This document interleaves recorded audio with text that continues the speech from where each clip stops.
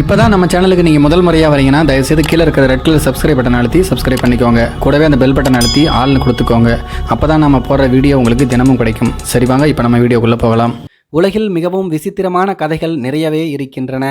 சில சமயங்களில் அவற்றை கேட்டு நாம் திகைத்து போய்விடுவோம்.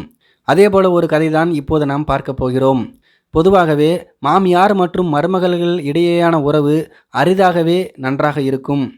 அத்தகைய மாமியார் மற்றும் மருமகள் இடையேயான சண்டையில் மாமியார் தன்னுடைய பேத்தியின் பிறப்பை சந்தேகப்பட கடைசியில் அது அந்த மாமியாருக்கே சாக் கொடுத்துள்ளது.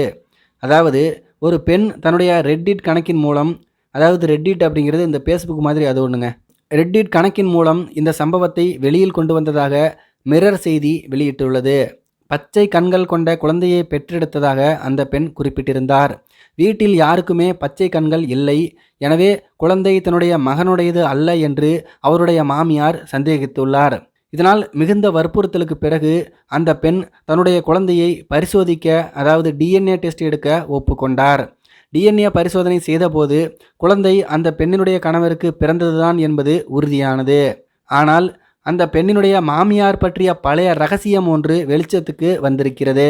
அதாவது இந்த டிஎன்ஏ சோதனை அறிக்கையில் அந்த குழந்தை பெண்ணினுடைய கணவனுக்கு பிறந்தவள் என்றும், ஆனால் அந்த கணவர் தன்னுடைய தாயின் முறையற்ற குழந்தை என்று கண்டறியப்பட்டுள்ளது.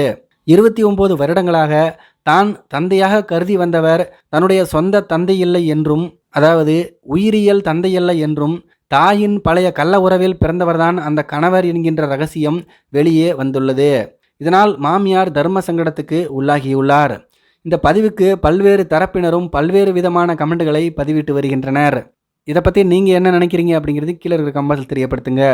மேலும் இது போன்ற வீடியோக்களை பார்க்க நம்முடைய சேனலை சப்ஸ்கிரைப் பண்ணிக்கோங்க. நன்றி, வணக்கம்.